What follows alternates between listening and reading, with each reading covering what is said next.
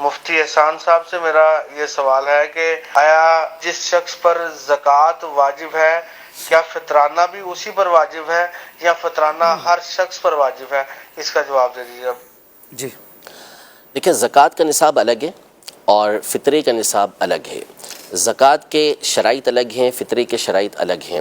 یہ ہو سکتا ہے کہ کسی بندے پر زکوٰۃ فرض نہ ہو اور صدقہ فطر اس پر فرض ہو، کیونکہ زکوٰۃ کے مال میں ایک شرط یہ ہے کہ مال نامی ہونا چاہیے، یعنی سونا چاندی یا مال تجارت یہ ہونا چاہیے۔ صحیح۔ سونا چاندی کرنسی یا مال تجارت۔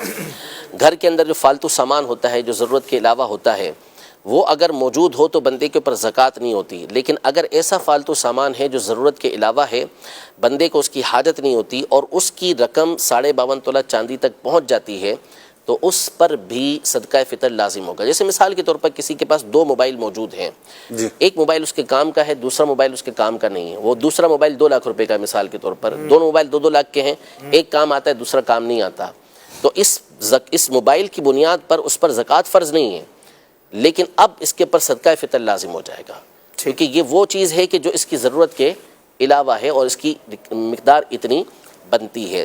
تو یوں صدقہ فطر اس کا معاملہ الگ ہوتا ہے۔ اسی طرح بندے کے اوپر زکوٰۃ فرض ہو، صدقہ فطر فرض نہ ہو۔ جیسے مثال کے طور پر رمضان کی 10 تاریخ کو اس نے زکوٰۃ نکال دی اور وہ فارغ ہو گیا، اللہ نہ کرے عید کی صبح صادق سے پہلے اس کا سارا مال ضائع ہو گیا، اچھا عید کی صبح صادق ہوئی اور اس کے پاس کچھ بھی نہیں تھا، ٹھیک تو پھر اس کے اوپر جو ہے وہ صدقہ فطر لازم نہیں ہوگا، ٹھیک زکوٰۃ فرض ہوئی۔ تو یوں دونوں کا یہ شرائط میں بھی فرق ہے، مال میں بھی فرق ہے۔